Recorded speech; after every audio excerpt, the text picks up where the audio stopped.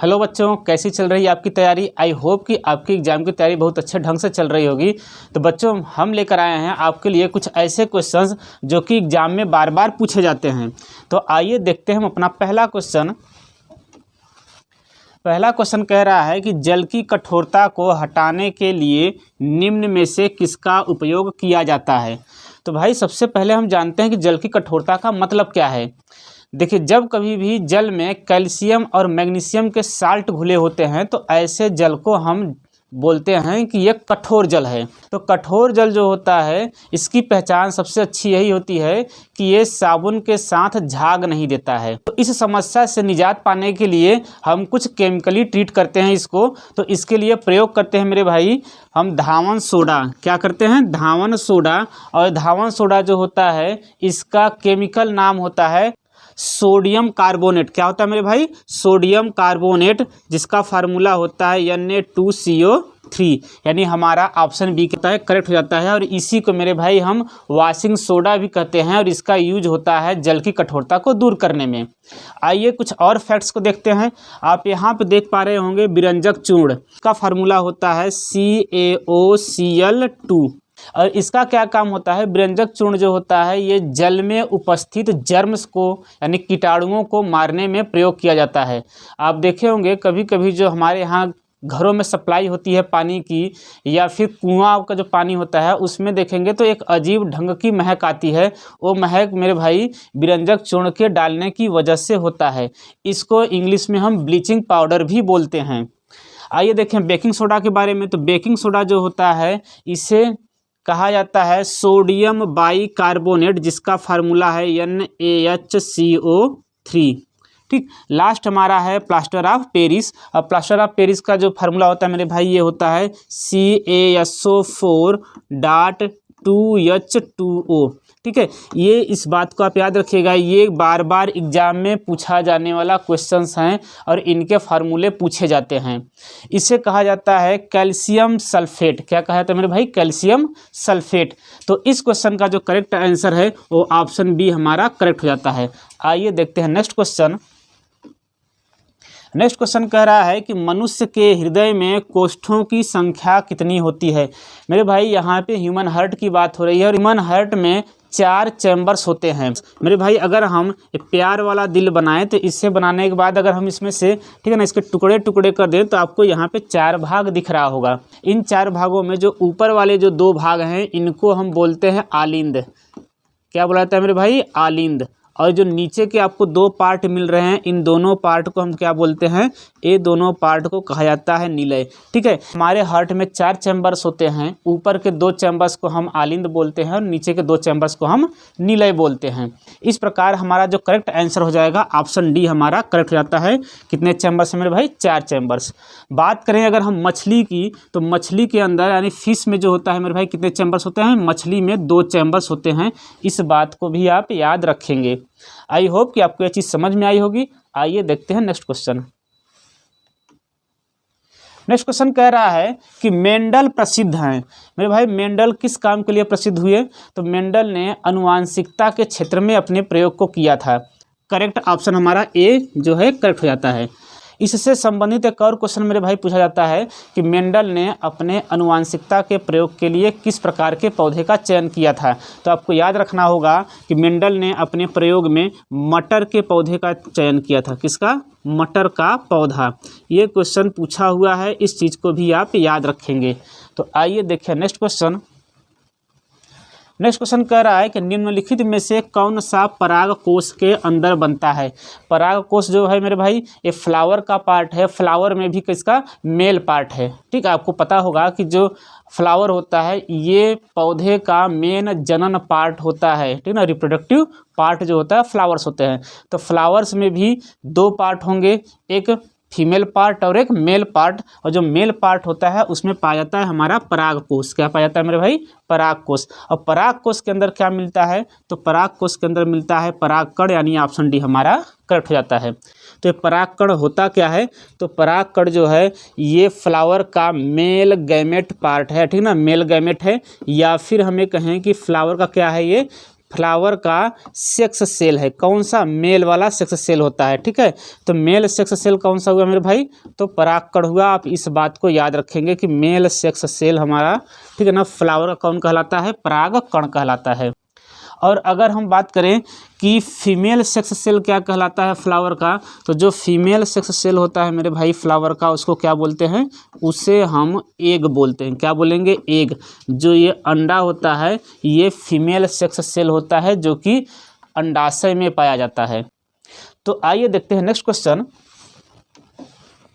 Next question कह रहा है कि एक उत्तल दर्पण द्वारा उत्पन्न आवर्धन सदैव होता है। तो मेरे भाई सबसे पहले हम समझते हैं कि आवर्धन क्या होता है।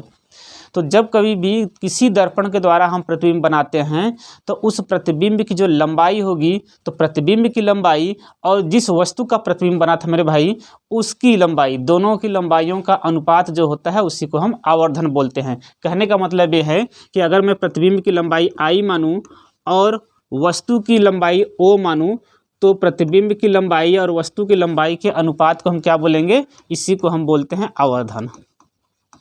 इस बात को आप याद रखिएगा, एग्जाम में ये भी पूछा गया क्वेश्चन है।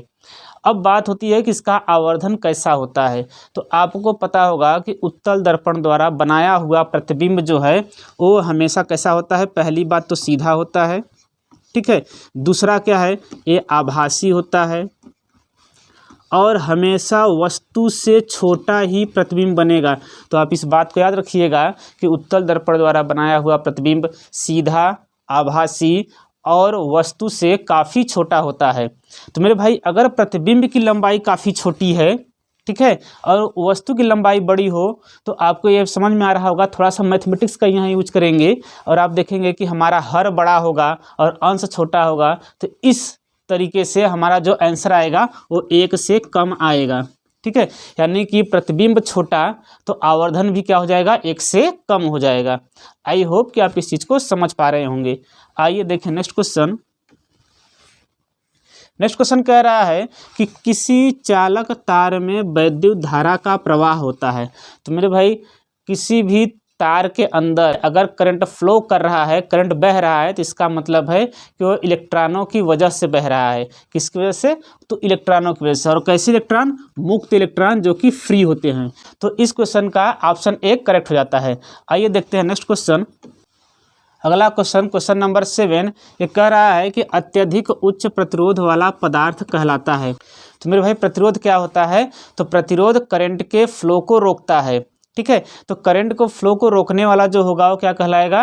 वो कहलाएगा विद्युत रोधी, जो कि करंट को फ्लो ही ना करने दे, यानी ऑप्शन डी हमारा करेक्ट हो जाता है। आइए देखते हैं नेक्स्ट क्वेश्चन।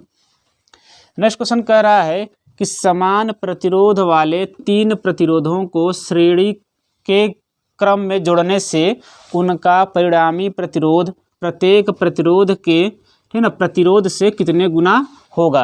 तो मेरे भाई यहाँ पे जो क्वेश्चन कह रहा है, इसमें कह रहा है कि हमने 3 प्रतिरोध लिया, तीनों प्रतिरोध को हम किस में जोड़ रहे हैं? श्रेणी क्रम में जोड़ रहे हैं। तो इससे जो प्राप्त होगा हमें एक तुल्य प्रतिरोध, वो हमारे पहले वाले प्रतिरोध का कितना गुना होगा, क्वेश्चन का कहने का मतलब ये है। तो आइए सबसे पहले हम यहाँ पे क्या करते हैं? 3 प्रतिरोध लेते हैं जिनका कि, ठीक है, प्रतिरोध समान है। ठीक, तो हमने मान लिया कि तीनों प्रतिरोध का प्रतिरोध कितना है? R है, यानी R, R और R, ठीक है, ट्रिपल R हो गया। अब अगर इसका तुल्य प्रतिरोध निकालें मेरे भाई, तो तुल्य प्रतिरोध जो होगा श्रेणी क्रम में जोड़े गए प्रतिरोधों को अगर हम तुल्य प्रतिरोध निकालें तो सबका सम होता है। यानी कि हमारा तुल्य प्रतिरोध जो R होगा ये होगा R प्लस R। सॉल्व करेंगे इसको मेरे भाई, कितना आएगा? 3R आएगा। यानी कि जो हमारा तुल्य प्रतिरोध आ रहा है वो हमारे वाले प्रतिरोध का 3 गुना होगा। ऑप्शन डी हमारा क्या होता है? करेक्ट हो जाता है। कैसे हो रहा है इसको हम आपको दिखा दिए हैं। आइए देखते हैं नेक्स्ट क्वेश्चन। नेक्स्ट क्वेश्चन कह रहा है कि निम्न में से कौन एक पारितंत्र में उत्पादक का उदाहरण है। तो मेरे भाई पारितंत्र में उत्पादक जो होते हैं कौन होते हैं? हरे पौधे होते हैं। बाकी जितने भी आपको जीव जंतु मिलेंगे वो हरे पौधे पर डायरेक्ट या इनडायरेक्ट निर्भर रहते हैं, ठीक है। तो उत्पादक का काम कौन करता है? हरे पौधे। बाकी जितने भी जीव हैं सबके सब उपभोक्ता होते हैं। तो आई होप कि आप इसको समझ पाए होंगे। आइए देखें नेक्स्ट क्वेश्चन। नेक्स्ट क्वेश्चन कह रहा है कि धातुओं के पतले तार खींचे जाने के गुण को क्या कहते हैं। ठीक, तो जो धातु होती है उनको हम तार के रूप में भी खींच सकते हैं। जैसे कि जो सोना है, सोने को हम क्या करते हैं मेरे भाई, सोने को भी हम एक पतले तार के रूप में खींच सकते हैं। तो जो धातुओं को पतले तार के रूप में खींचे जाने का गुण होता है उसको हम बोलते हैं तन्यता। तो क्या कहा जाता है, तन्यता, यानी ऑप्शन ए हमारा करेक्ट हो जाता है। आइए बाकी ऑप्शन भी देखते हैं। बाकी ऑप्शंस में कह रहा है आघातवर्ध्यता। आघातवर्ध्यता का मतलब होता है मेरे भाई कि मैं किसी भी धातु को पीट करके कितनी पतली चादर बना सकता हूँ।